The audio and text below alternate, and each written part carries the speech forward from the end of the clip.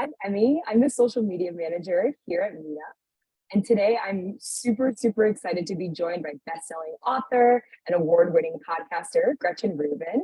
And she'll be sharing her sensory journey to live a happier and more mindful life, which is why you see what you see on the screen right now. Using the five senses as grounding forces, you'll learn to feel more in touch with your surroundings and at peace. And Gretchen will discuss her cutting-edge science, time-tested philosophy, as well as her own experiences to harness the power of sights, sound, sense, touch, and taste. You'll leave with really awesome insights on how to heighten your senses and live a fuller and richer life. So right now, we're going to move on from the quiz and just go over our guidelines and our agenda for today. This event, it'll be recorded, but you won't have to worry. You won't appear on video, and your audio will be muted, so you'll only hear me and Gretchen as we're talking through things. The chat for the event will be turned off, but if you have any questions, feel free to use the Q&A feature at the bottom of your screen. And then we also have closed captioning available. At the bottom of your screen, you'll see a live transcription icon, and you can select that to your preference.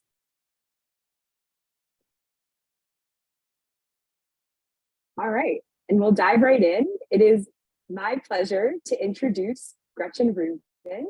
She's one of today's most influential and thought-provoking observers of happiness and human nature, with millions of copies of her New York Times bestseller book sold and more than 220 million downloads of her Happier with Gretchen Rubin podcast. She engages with her audience across so many different mediums and wherever they want to be. Not too shabby, she's been interviewed by Oprah. She's walked arm in arm with the Dalai Lama. Her work has been reported on in medical journals, and she's been written up in the New Yorker, and she's been an answer on Jeopardy, which is pretty cool. After starting her career in law, she realized she wanted to be a writer while she was clerking with Supreme Court Justice Sandra Day O'Connor. She was raised in Kansas City, but now lives in New York City with her families. So everybody, please give a warm welcome to Gretchen. Hey everyone, I am so happy to be talking to you today. Thanks for having me. Thank you. All right, I hear that my audio might be a little bit wonky, so let me just take out my AirPods so we can make sure. Oh, I think that's better. So sorry about that. All right, can everybody hear me a bit better now? All right, great. I've gotten confirmation on our end. All right, so I'll dive right in with you. My first question for you, Gretchen, is what prompted you to write Life in the Five Senses? So it was a very ordinary moment in my life. I had a bad case of pink eye, so I went to the eye doctor. And as we were finishing up, he said to me in this very, very casual way, you know, like, wear your sunscreen or drink enough water. He said, be sure to come back for your regular checkup because, as you know, you're more at risk of losing your vision.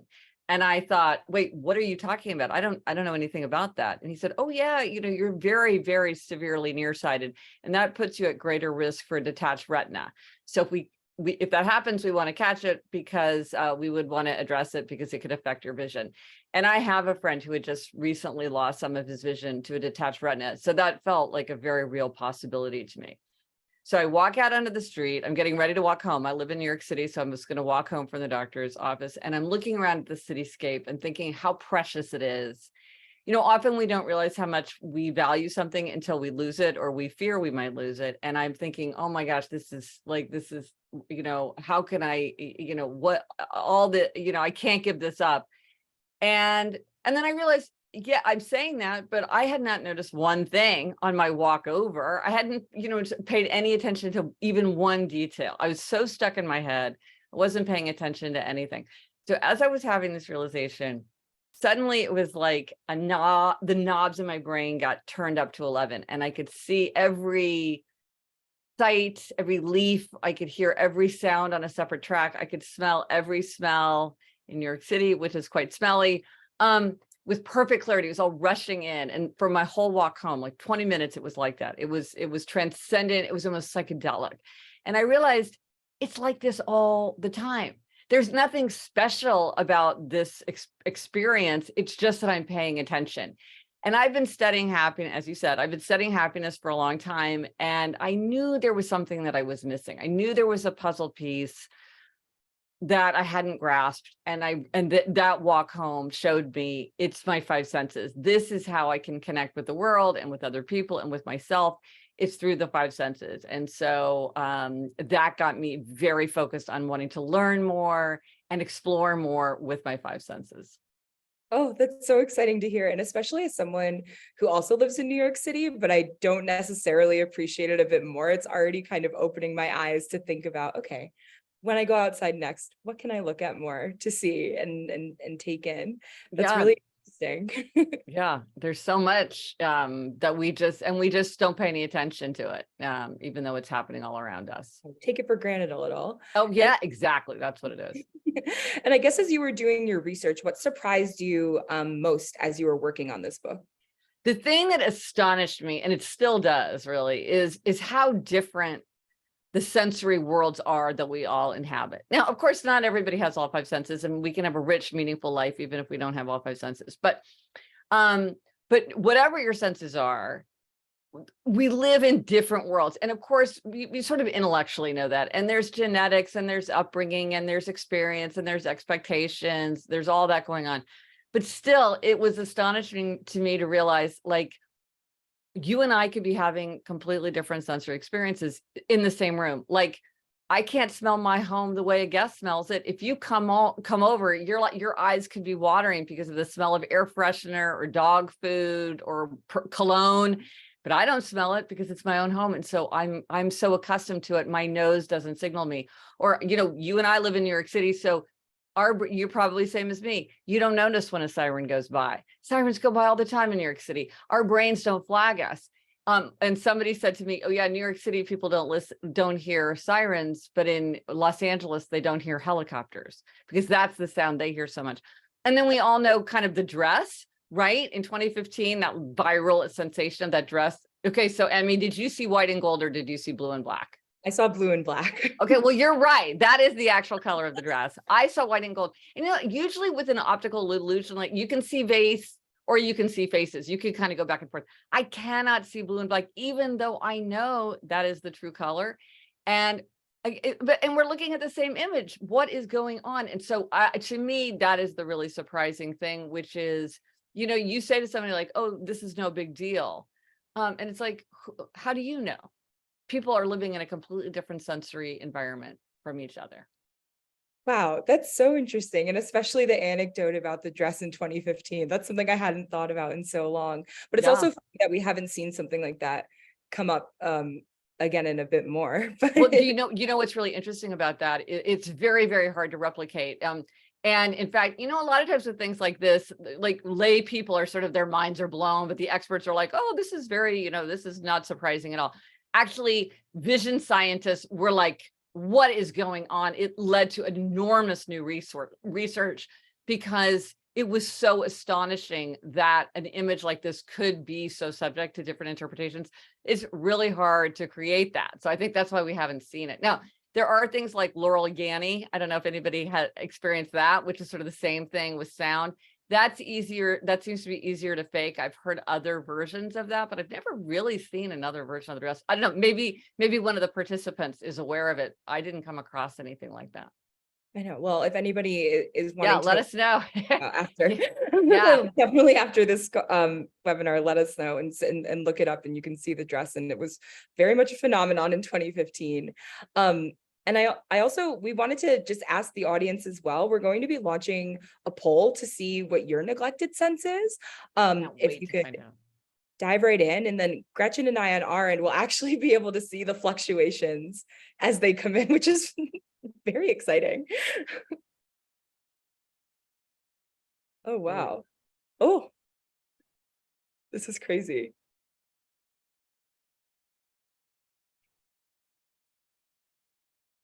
We're watching everything as it comes in, and it seems to be that there's one that is standing out a bit more. If you have any predictions. Wait, where do I look, Emmy? Are you able to see it on your end of the screen? I'm seeing. No. And if you can't see it, then I can read the results out to you, and then you can kind of. Oh, okay. Only I can see the results. Sorry. Okay. Okay. Good. It's not me. I always am like, what am I doing wrong? Okay. It's all right. Okay.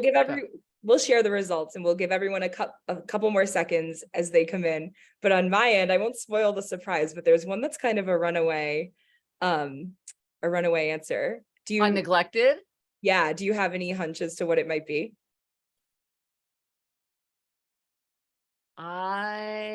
I don't, because in the quiz, and again, I will say to all the people out there who are thinking selection bias, yeah, this is selection bias. We're not saying this is scientifically valid, but it's still interesting because it's hundreds of people taking the quiz.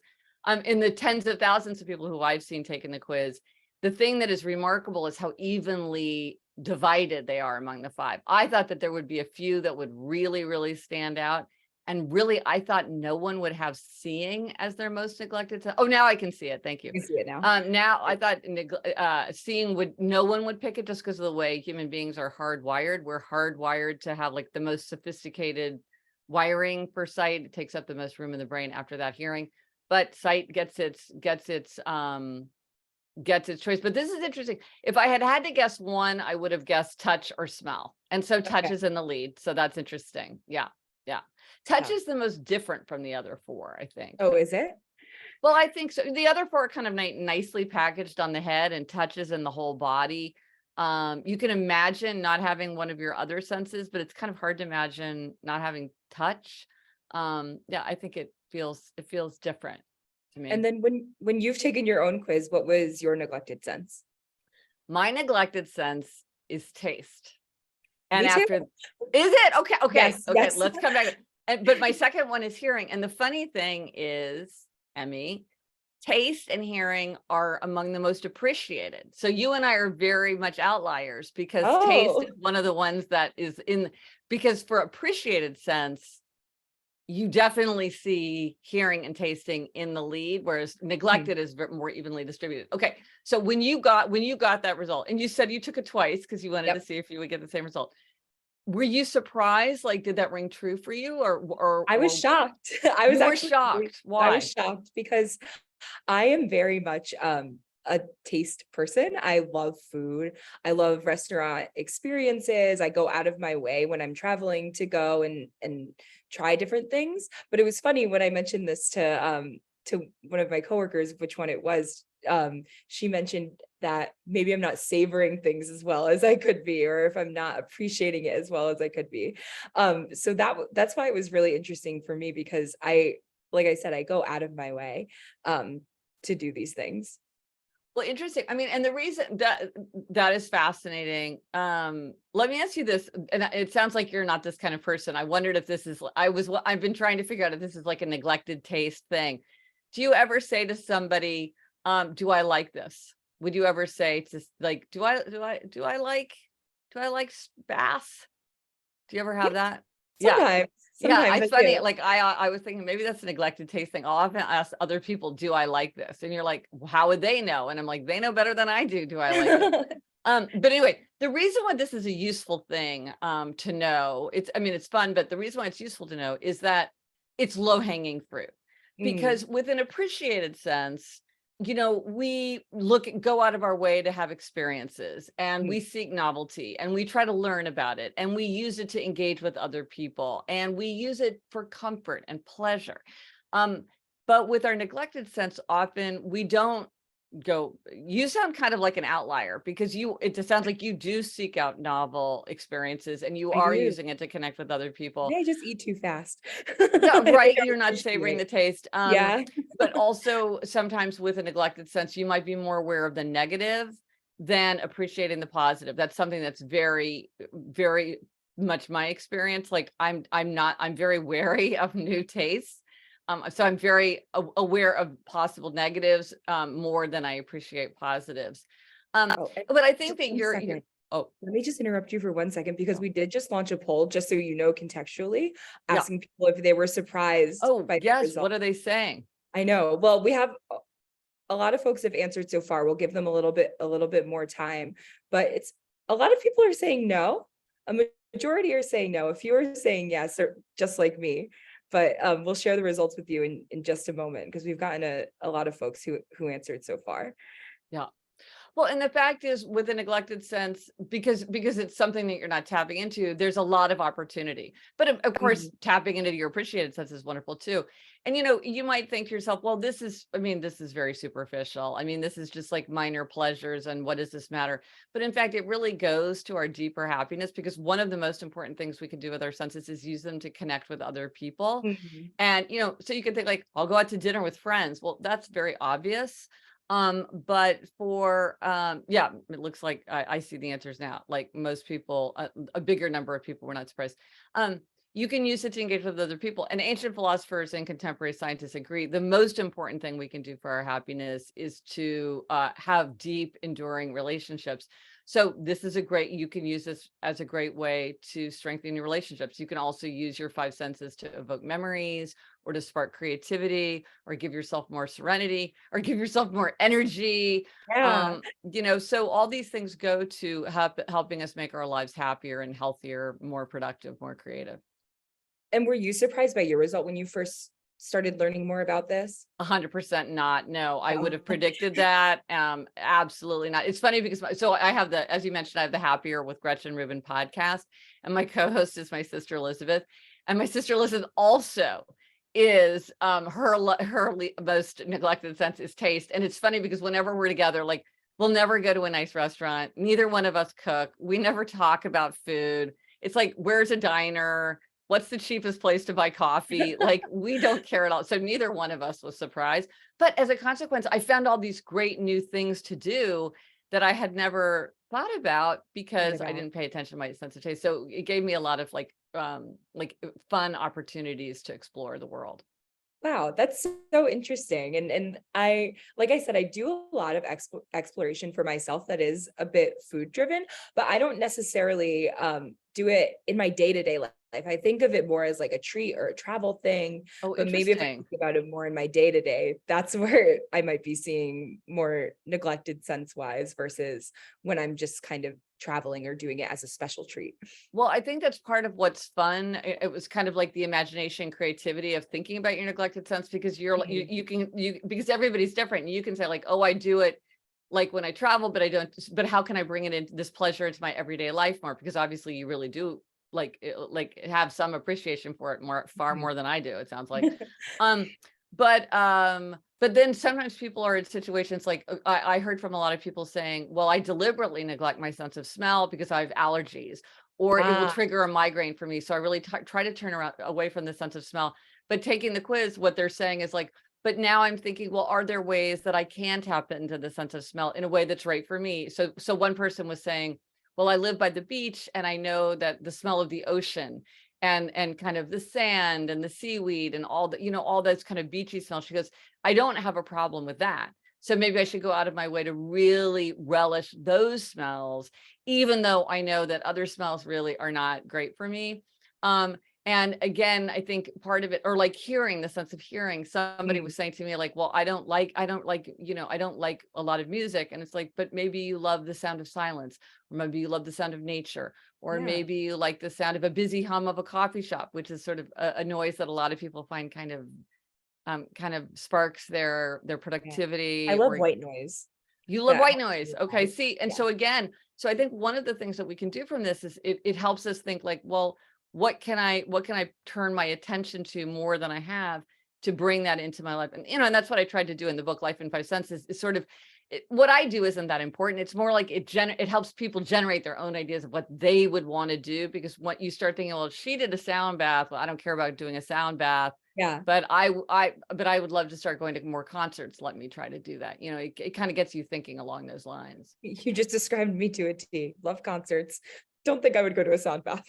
Oh, that's look, hey, weird thing. I thought everybody knew about sound baths, and then since the book came out, it turns out very few people have heard of sound. My sister, again, she loves sound baths, so I think was under the impression that this was like something everybody did, like massage, and it turns out no, nobody's heard of sound baths. I don't know. So that Maybe was after that was a surprise to me. They're I fun. have They're interesting. Go to one. thing. I'll have to go. She Well, I'll loves dive them. into a couple of questions that we do have for you just for the Q&A portion of this as well.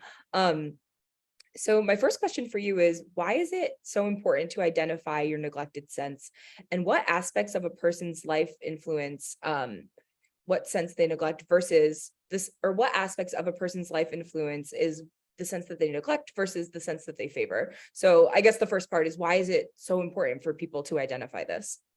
Well, because it really shows you that low hanging fruit, because you're probably already doing a lot with your appreciated sense to like Mhm. really enjoy it and bring it into your life and use it to connect with other people and to evoke memories. But with a neglected sense, maybe you're just not thinking about it. Mm. And so that's where probably there's going to be, a lot of things to think about. And one of the things I love about the five senses is, sometimes when we're thinking about like how to make our lives better, it can feel very abstract and transcendent. And you're kind of like, it's not that I don't agree. It's just like, I don't really exactly see what I would do with that information. But with the Mm. five senses, they're so concrete. They're so familiar to us that it's like, if I say to you, oh, why don't you do something to connect with your sense of hearing more? You probably can think of things that you're like, oh, I've always wanted to try this, or I have a friend who's really into that. I should talk to him or her about it. Or this could be a fun thing, or this is how I can use it to evoke memories. So with taste, you could do a taste timeline of your life, or with hearing, there's a fantastic website called the Nostalgia Machine where you can enter a year and it will like generate all the most popular songs for that year. It's super fun and so evokes memories. There's a lot of things that, you can think about how to tap into the five senses when to look for those ideas that you are not that far out of your grasp, but that maybe you haven't considered.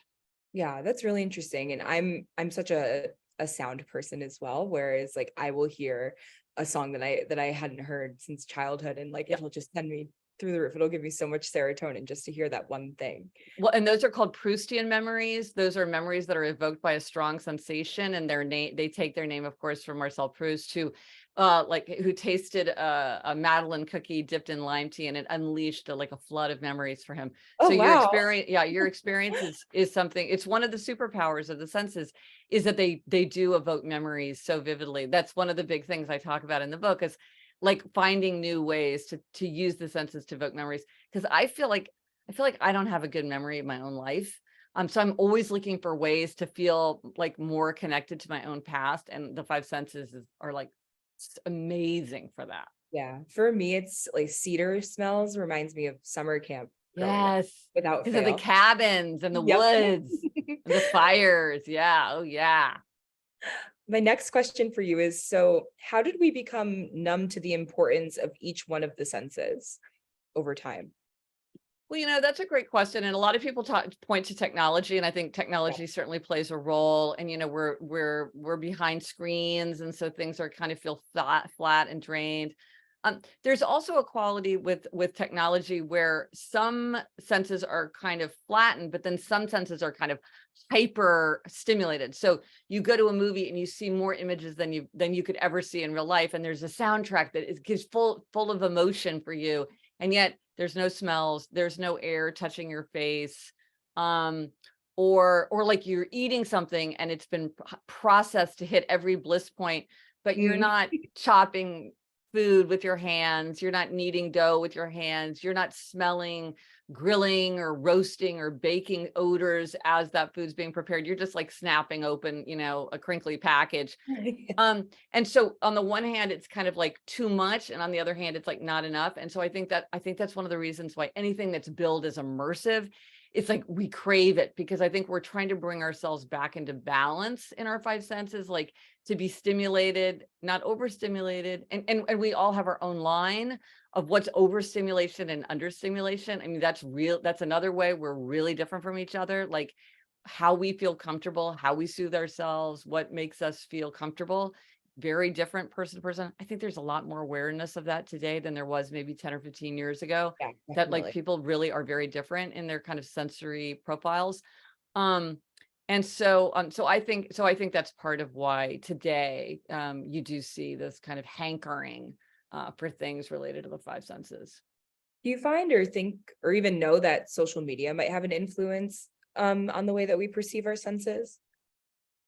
Well, that's a great question. And it usually, social media is kind of an amplifier of human nature. So anything that we tend to do, it tends to like turn it up a notch or more Yeah. than one notch.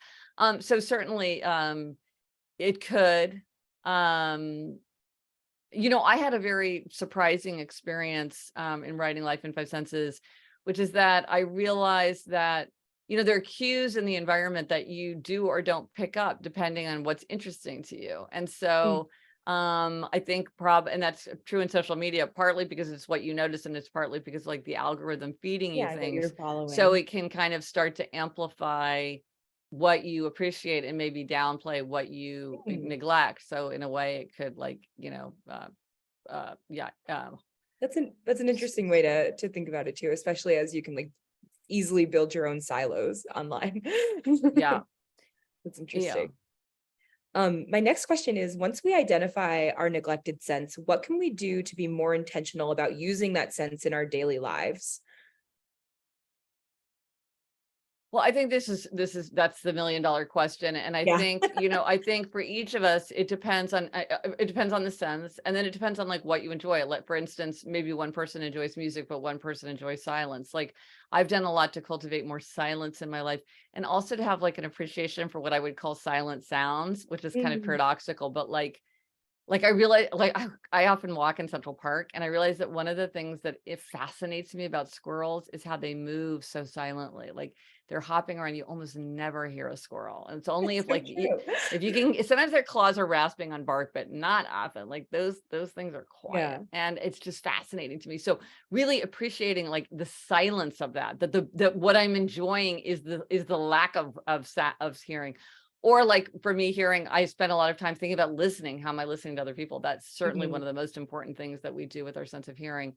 And so I think that it's think about what do I want to seek out? What kind, and not fight against your nature, like not try to push yourself to something that doesn't feel right for you, but really think about like, well, what does sound appealing to me? Or what is something that I've always been curious about, but I've just never moved it to the top of the to-do list. Or has somebody invited me to do something and I've said no because I'm like, oh, that's not my thing, but maybe it could be my thing, like maybe somebody's like, oh, come to this cheese taste. My daughter gave me a cheese tasting class because I was always saying you should take a cheese tasting class because she loves cheese. Finally, she's like, you should take a cheese tasting class instead of keep telling me to do it. So we went to a cheese tasting class together.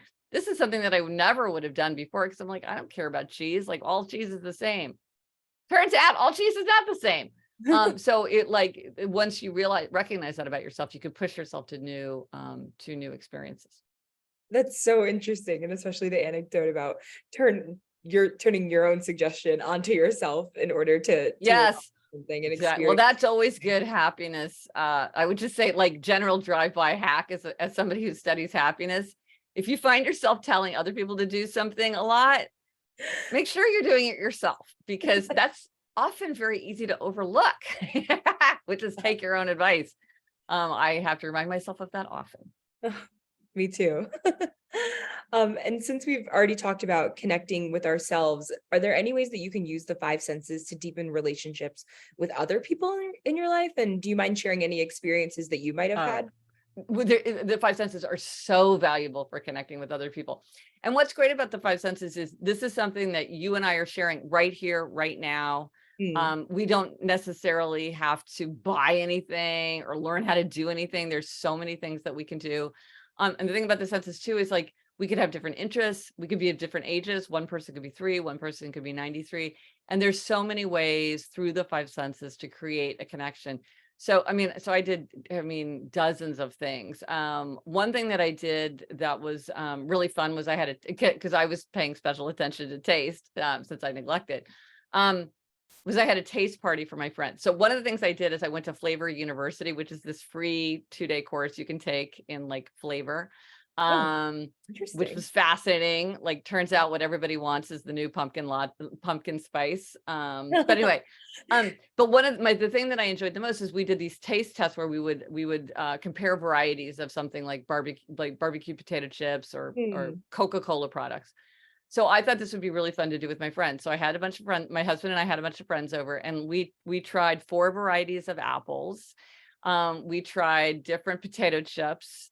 I gave them each a dollop of Heinz ketchup. Heinz ketchup is magic. It's one of the very few things that has all 5 tastes in one. It's sweet, it's salty, it's sour, it's bitter, and it's umami. That is very hard to do. And we just sat around and like did these taste comparisons and talked about what we were tasting. And it was warm and it was intimate. And, you know, it was just fun. And it was a different kind of conversation than we would usually have. And I think this would be something that'd be fun to do with like a group of people you don't know very well, or maybe some people at work, because it's intimate without being revealing in a way that might people feel uncomfortable. Everybody's got very different views, like mouthfeel, like some people texture really matters. Some people don't really care about texture. It's just fun. And then you start to reminisce. What was your favorite candy you had when you were a child? What junk food would your parents never buy you? Is there a food from your hometown that no one else in the world really knows how to make properly? Like you just start having these conversations and it brings you closer together in a way, you know, and there's, you know, like have people over for dinner. Sure, that's a classic way to connect, but there are other ways to connect through a sense. Yeah. And it sounds like that's the way that you were able to replicate that with your friends, is that you did something that was a bit more immersive, which is very cool. It's so funny because I think about it. That made me think of like how I really love going like wine tasting and things like that. But I've never thought about it in terms of food and how I could replicate that experience with the folks in my life, which is and there's so many fun things you can do. I heard about somebody where they took 6 brands of vanilla ice cream and had people rate them, because it's like, if you buy the really expensive ice cream, do people really think it tastes better, you know? Or I heard about a family, I thought this was a great idea. So after a big family meal, they get all different kind of bonkers ice cream flavors. You know how you can get cream corn ice cream and like rosemary and fennel ice cream, and you're like, who wants that? But you're sort of curious to taste it. So they get all these flavors and then just pass them around. Everybody take a couple spoonfuls and then talk about what they liked and didn't like. And again, a little kid and a grandparent could both enjoy this. It's like it's funny, it's unusual, something that you wouldn't just otherwise do. And yet it's really fun. Another way to connect with taste to somebody else is I did a taste, because again, I'm like very into evoking memories. I did a taste timeline of my life where I divided my life into 4 sort of chapters and thought about what were my favorite or the most notable taste associations from that time. But then once I had done that, which was super fun, and I brought back so many memories, I didn't even have to eat the things, it just brought back memories. I would call people from that time and reminisce. So like my sister, my memories of childhood are her memories of childhood. And so we talked about like, what did we eat on long car trips, you know, and like, what did our grandparents, you know, bake for Christmas morning? And we were just laughing and like, it's hard. We have memories, but we never call for them. It's like, how do you get your hook into that memory and bring it into your consciousness? And the 5 senses often, like the way you do with the smell of cedar. Like maybe you wouldn't have any other reason to think of summer camp for years, but you smell that smell and it all comes back to you. It back. Yeah. Another question, which I guess is the second part of the one I did just ask, is what are some practical ways that you can incorporate this knowledge into your daily life and your daily routines? So knowledge of your neglected senses. Well, this is such a great question. Well, you want to acknowledge all 5 of your senses, because that, you know, that's the richest, most vivid, energizing thing to do. And this is a big question, because like when my worry was, okay, sure, I'm paying attention to my 5 senses while I'm writing a book about the 5 senses, but how do I keep it up? Because I do have this tendency to get so stuck in my head. And it's easy to feel changed. It's harder to stay changed. And so I thought, okay, how am I going to make this into something that I remember to do? And so I just like mocked up this 5 senses journal, like in a little notebook. I just wrote seeing, hearing, smelling, tasting, touching. And then every day I write sort of, it doesn't even have to be my favorite sensation. It's just a notable sensation. Like I walked by a hair salon and I smelled that kind of smell of hair product, or there was moss in Central Park and I stopped and I felt the moss and it looked so velvety, but it actually was kind of crunchy or whatever. And I would do that. And I've actually now created a journal so that it's like nice and organized and like looks good and is very easy to keep. So if you go to my shop, GretchenRubin.com/shop, you can take a look at that. But I had never seen anything like that. So I just sketched it out. But it's really fun to do. It really does help you stay aware of your 5 senses as I go through the day, because it's uppermost in my mind. And here's something else.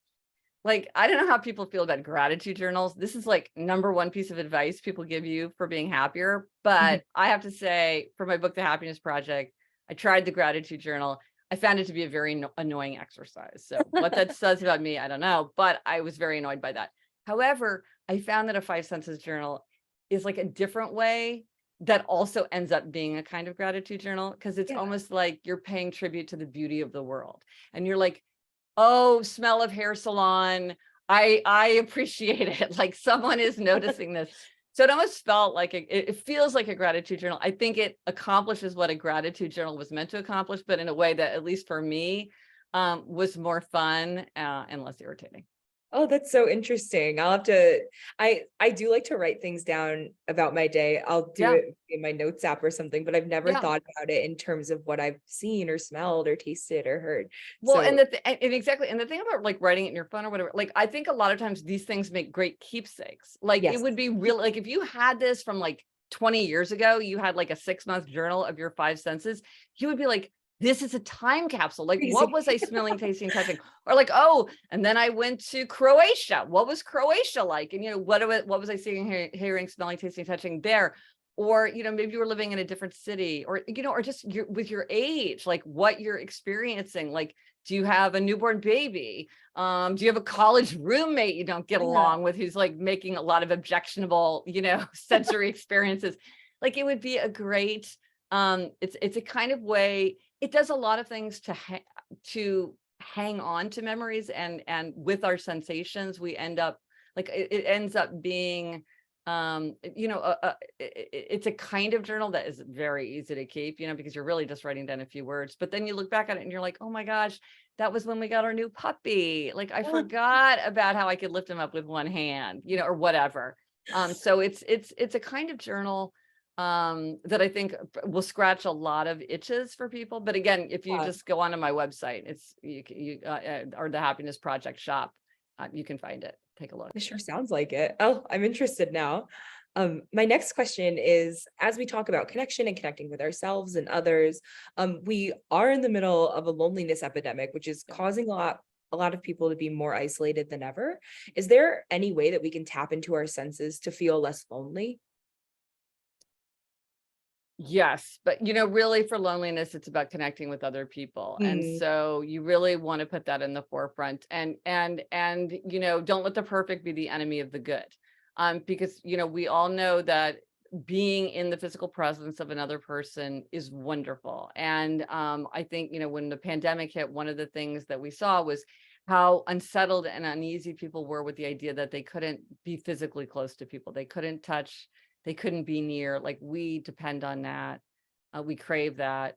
But if you can't do that, like a screen, seeing somebody on a screen is better than nothing. One of the things I love to, this is a great habit that I picked up from the pandemic, is a walk and talk.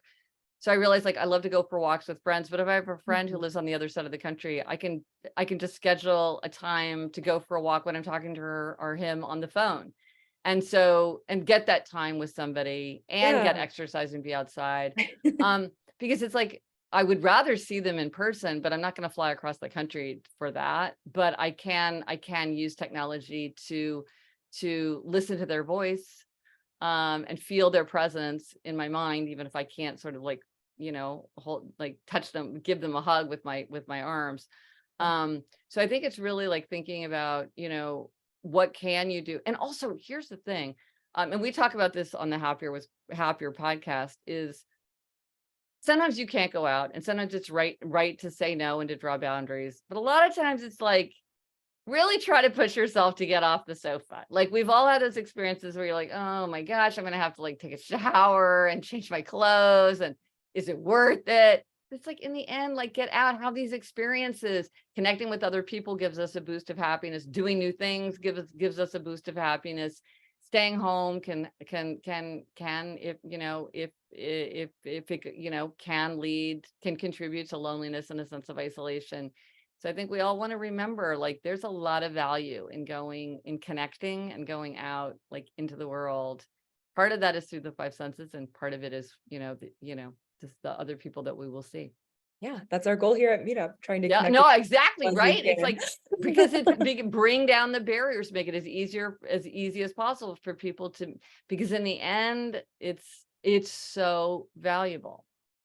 And then you can experience the senses together. No, exactly. And that's what really, and if you can't, here's a good hack for people. If you don't know what to say, like you're with people and you don't know how to make small talk, like you're frozen because you're thinking, I can't think of anything to say to this stranger.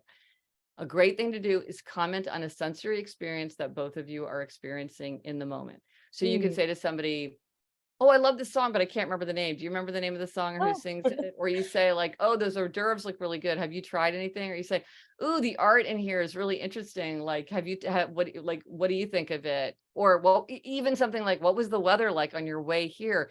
These are sensory experiences that we are experiencing together. And it's like it sounds obvious, but sometimes you just like, someone's friendly, you're friendly, but you just sort of can't find the words to get it going.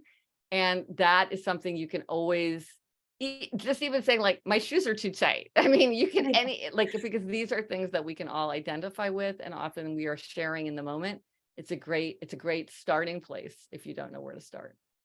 All right. And I have one last question for you before we then dive into the Q&A with the audience, but how does focusing on our senses lead us to be more creative, happy, and mindful? Oh my gosh, in so many ways. I mean, part of it, here's a great thing. Here's a great suggestion. If you're feeling creatively stuck, or you're trying to give yourself new ideas, which is go to a place where there's a lot of tools.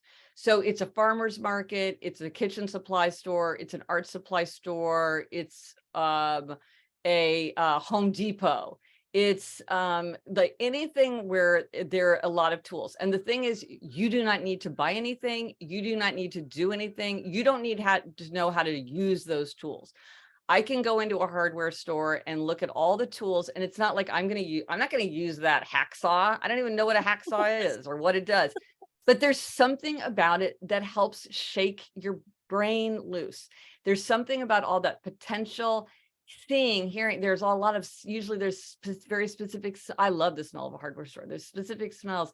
You can run your hands through the stuff. You see the colors, like in all these like unusual things and materials. There's something very energizing and creatively stimulating about it. Again, not that you have to feel like there's any kind of assignment. You're just there to experience it. So that's one thing that you can do. Another thing I think is to, if there's an abstract idea, try to get it out into the world. So, make tools. I think a lot of people are familiar with, like, grab a bunch of index cards or a big pad of white paper and colored markers. Try to get things out of your brain and into your hands. Our hands are part of our brain. And when we hold things in our hand, it helps us to think. And then I would also say, really think about the sensory environment in which you thrive. Okay, so Emmy, you were saying that you really like white noise, right? Yes, I love it. So if we had time to do another poll, I would say to people, what if you're really trying to be productive and focused? Do you prefer silence?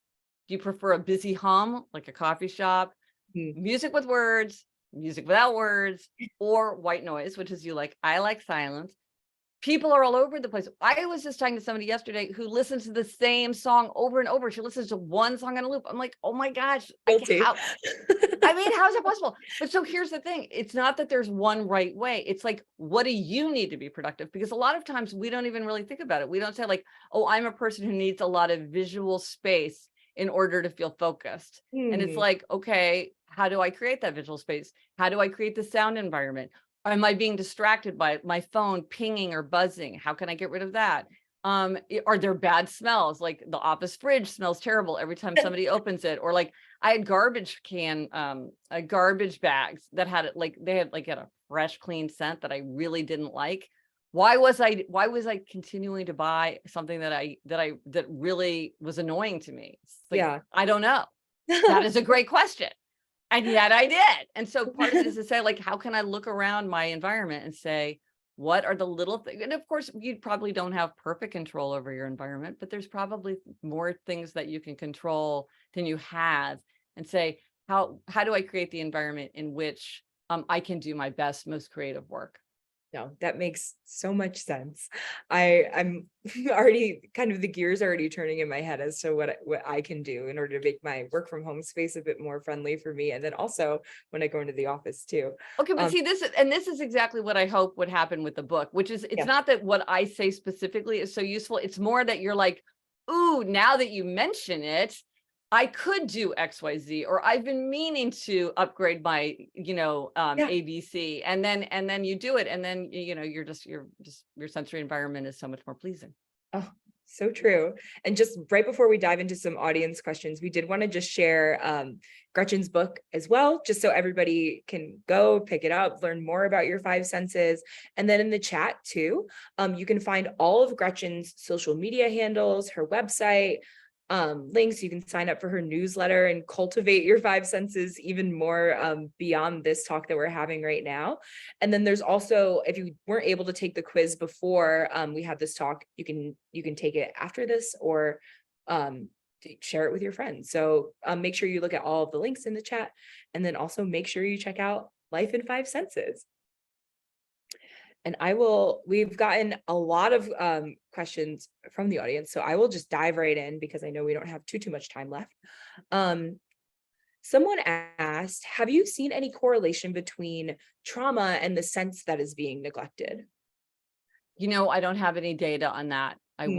wouldn't be able to say. That'd be a really, really interesting question. I'm not aware of any research on that, but that would be a very interesting, that would be something that would be very interesting to explore. It's a great question. Riley asks, how do you become more present in whatever you're doing? I'm always planning and preparing and thinking about the future. What can I do to use my senses to become more present in what I'm doing? Well, I mean, that's the beautiful thing about the senses, and Riley, that you just exactly, I'm with you. That is exactly my issue as well. But the thing about the senses is, like, we're experiencing them right here, right now. We cannot bookmark it. We can't add it to the calendar. We can't buy something. We can't make an appointment. It's something you experience right here, right now. And that's why I think that really paying attention to our senses gives us that feeling of connecting to the present. It connects us to the past, but it also very much connects us to the present. And like if you're just walking down the street, what are you smelling? Like Mm, that is going to take you into the moment. Color is the sky? That's going to take you into the present moment. What are you hearing? That is going to bring you into the present.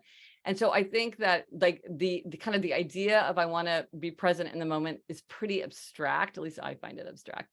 But saying something like, can I tune into my five senses? Maybe every time you walk out your front door in the morning, you just like take a second and do it. Or every time there are like these places within your day where you can sort of stop, look, pay attention. Even things like, what does your toothpaste taste like? mm.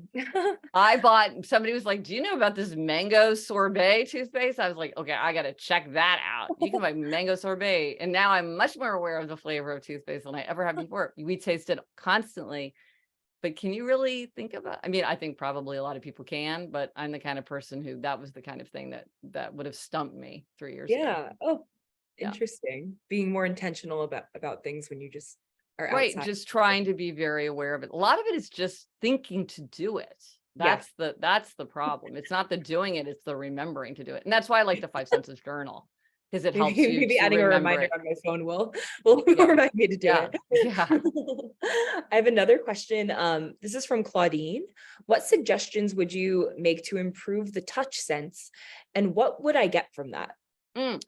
Love the sense of touch. One of the things I went into this thinking that I ignored my sense of touch. I'm actually like very much paying attention to my sense of touch. So part of it is just like to reach out and touch things. Like as little kids, we're told don't touch, but as adults, you can do what you want, touch away, within reason as appropriate.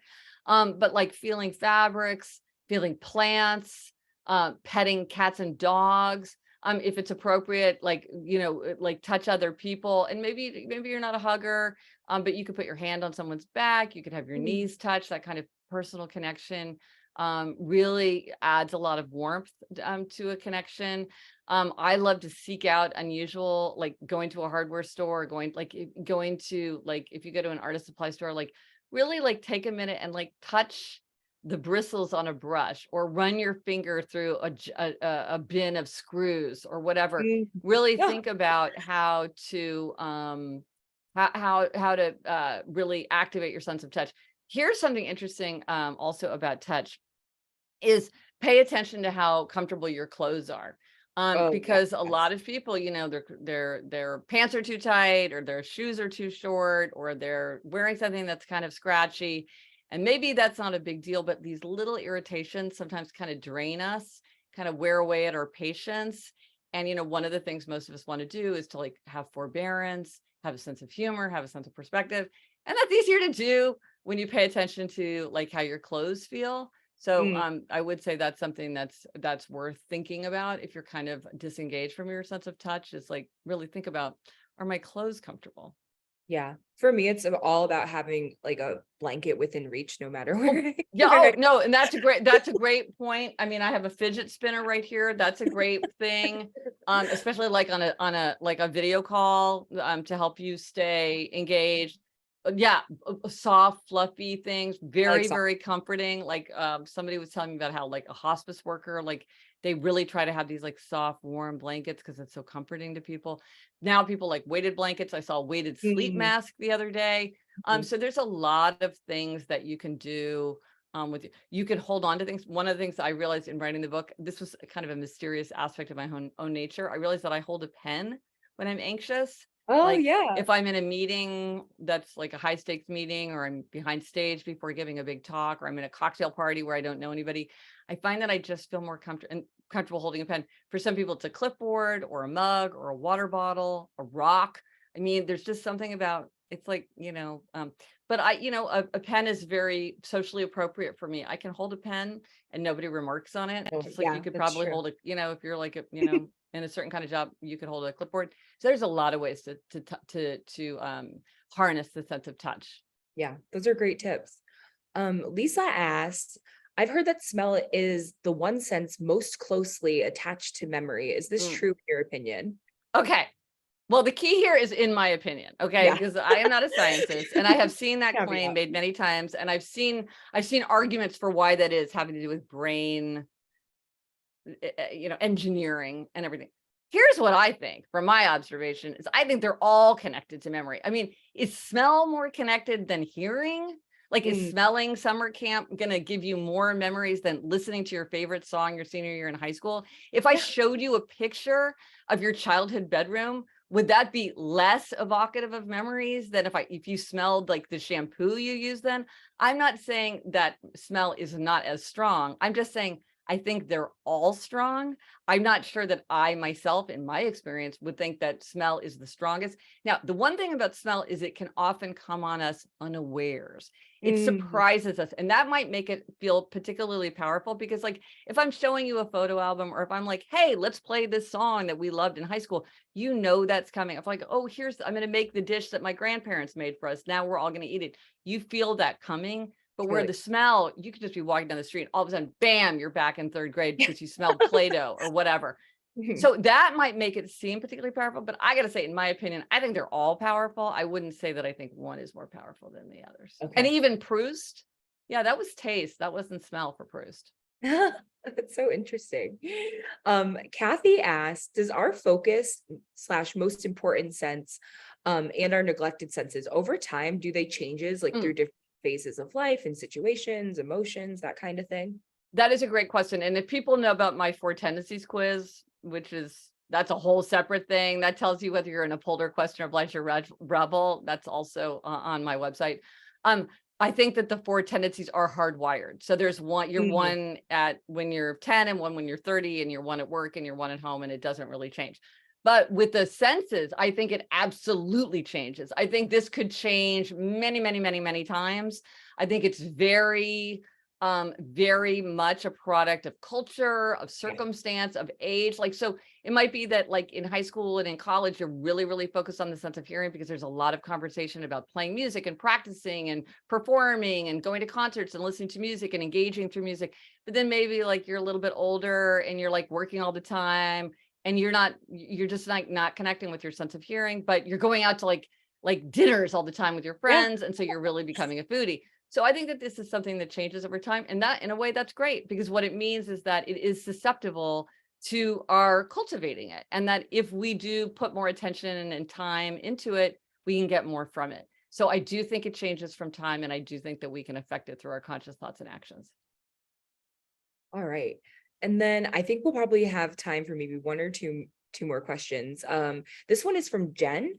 Because of how connected taste and smell are, Yes. do you find that these senses are often neglected together? Interesting. Not that I've noticed, but the quiz isn't set up to tell you your second most neglected sense. Maybe I should go look at the results again and see if that is an association, because Jen is 100% correct, of course, that to have flavor, we have to have taste plus smell. And if you just have taste, you're just getting those 5 basic tastes. You're not getting complex things the way you need for your smell. So that would be interesting. Now, my 2 most neglected, I just know, are hearing and taste. And I love smell. That's probably my most appreciated sense. So that's just judging from me. But whether there is an association, I would be fascinated to know that. Okay, that is something to explore. Thank you, Jen. And I'll just do one last quick question from Tim. Is the approach of using the 5 senses the same as the approach of mindfulness, being fully present in the moment?